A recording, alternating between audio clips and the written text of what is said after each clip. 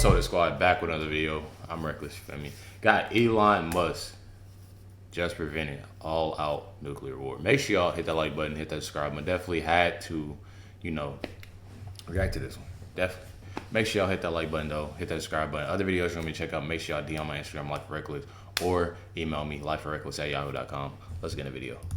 Guys, it's your boy Benny. Has Elon Musk just saved the world? And I don't mean by creating some great products that move humanity forward. And I don't mean by purchasing Twitter, also known as X, boom, in order to free speech. And if y'all ain't check out the last Elon Musk video I dropped, make sure y'all go check that out. Once more on the internet. No, I mean by literally preventing a nuclear holocaust. And the answer is yes, actually, Elon Musk did literally do this. Let's check in on the fake news. Ukraine is furious with Elon Musk for thwarting an attack on Russia's navy. Now, what this article doesn't say is that this would have led to a nuclear holocaust. The tech billionaire said on Thursday that he had told his engineers not to turn on Starlink satellite network over Crimea to prevent a planned attack on the Black Sea's fleet.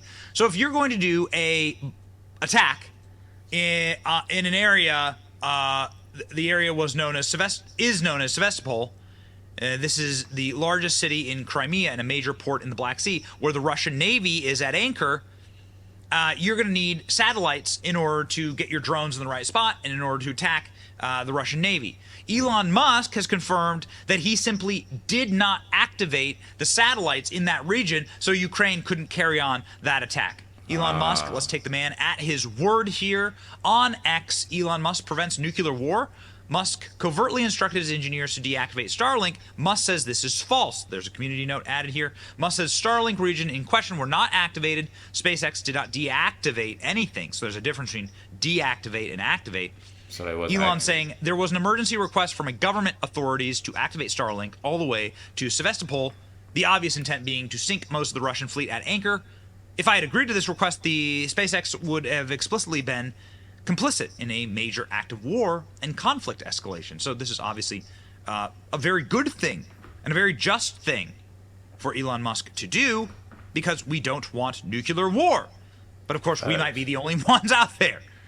I'll tell you, I had this from some really high up sources. The goal, of course, is nuclear war with Russia, because that would allow us to declare total war, to agitate Russia to the point that they drop a nuclear weapon, and then you would have the pretext. You go to the UN, you would have the pretext to go in and break up Russia into like 18 different nations and to do a full-scale invasion of Russia, which our bloodthirsty elites have been wanting to do for years, decades. I'm tired of that, bro.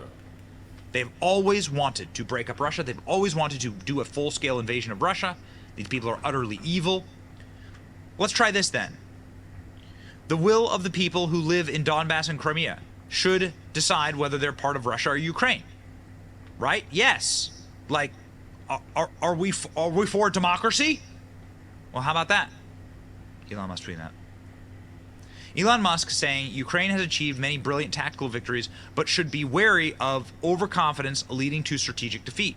When Russia fully mobilizes, millions on both sides will die. This is what Elon Musk has said consistently, and Elon Musk has consistently been a fan of de-escalation in this conflict, which is why he did not allow his companies to be used to effectively agitate nuclear war. So this is an excerpt of a biography written by Walter Isaacson that was obtained by my colleague Sean Lingus, and it really provides a new window into Elon Musk's thinking about Starlink's role in the war in Ukraine. Now, as you said, according to this biography, Musk did, in fact, order his engineers to turn off Starlink satellite communications for the Ukrainians when they were trying and planning to launch a sneak attack on Russia's naval fleet around Crimea. According to the biography, that was because he had spoken to Russian officials, and he believed that doing so could prompt a response by Russia that was akin to a, quote, mini Pearl Harbor, and that Russia might actually respond by using nuclear weapons.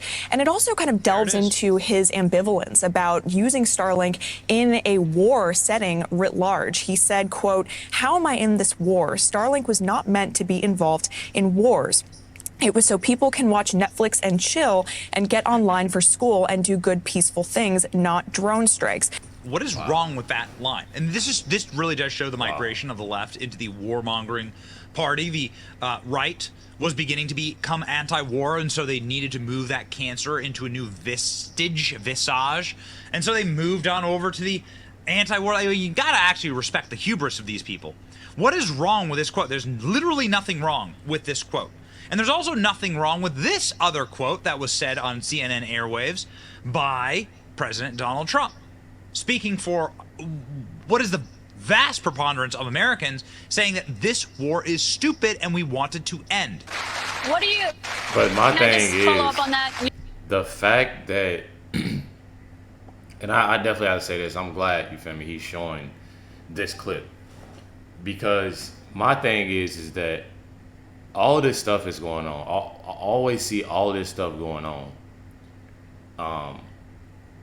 And Joe Biden, literally, and I know y'all tired of hearing the name, but if you're the president, you need to be more involved in this type of things. And this just goes to show a lot of people who voted for, Biden, that, I mean, it's you see it clear as day. All you got to do is, and that's why I love, reacting to these videos to get out the information as much as possible. And people always, why don't you go back to music? Why don't you do this and do that? I feel like we're in a very important time, and we have been, but we're in a really extremely important time to where a lot of people need to be paying attention. We have somebody that's in office, that's been in office for a while now. Obviously his term, and literally everything is going down. Everything, even what he has going on, is literally in.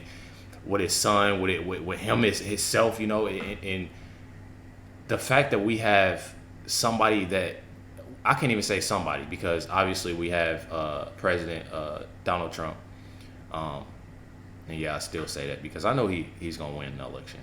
But my thing is, we have other people talking about this situation, and our president is literally somewhere riding bikes or doing, you know what I'm saying? It's stuff like that irks my nerves.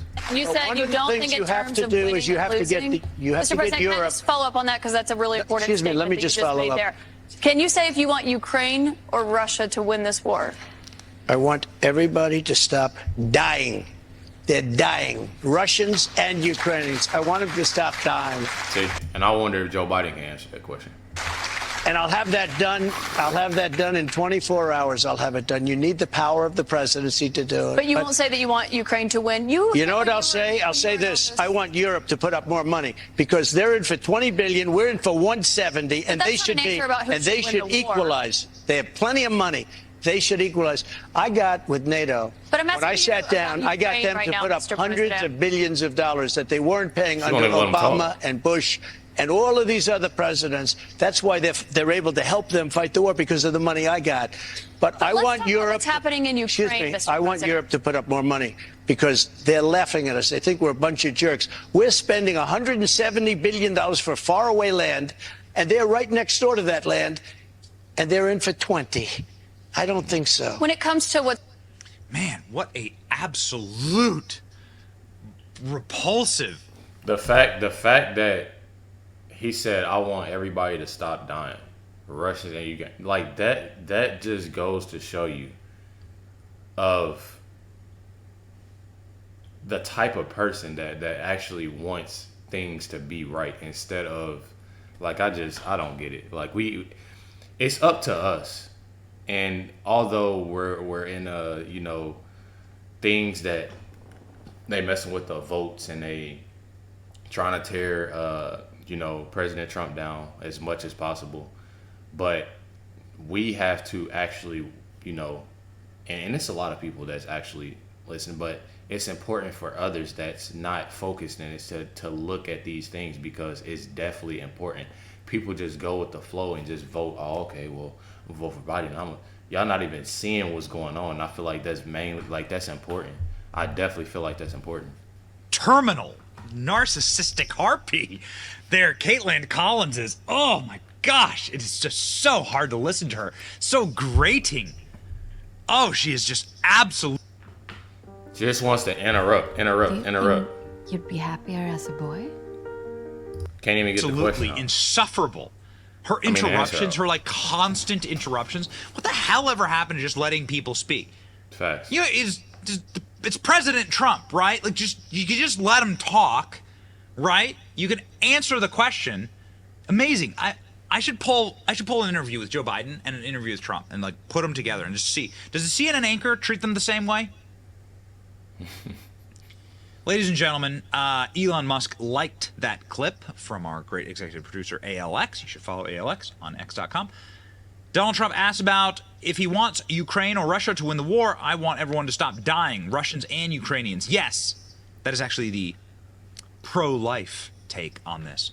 And again, I'll say this without revealing too much, but high up military intelligence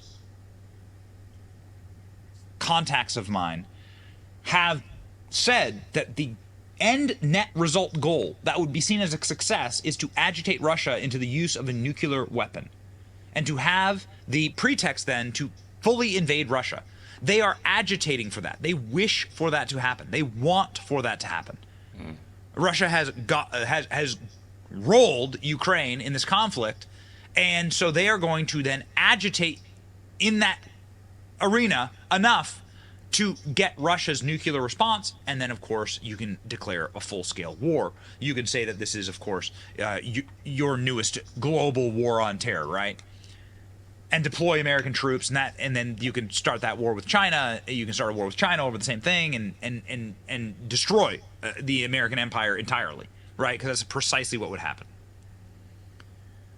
Elon Musk preventing that might be one of the greatest acts of peace in human history.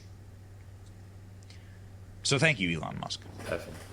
These people are just bloodthirsty mongrels. It is so...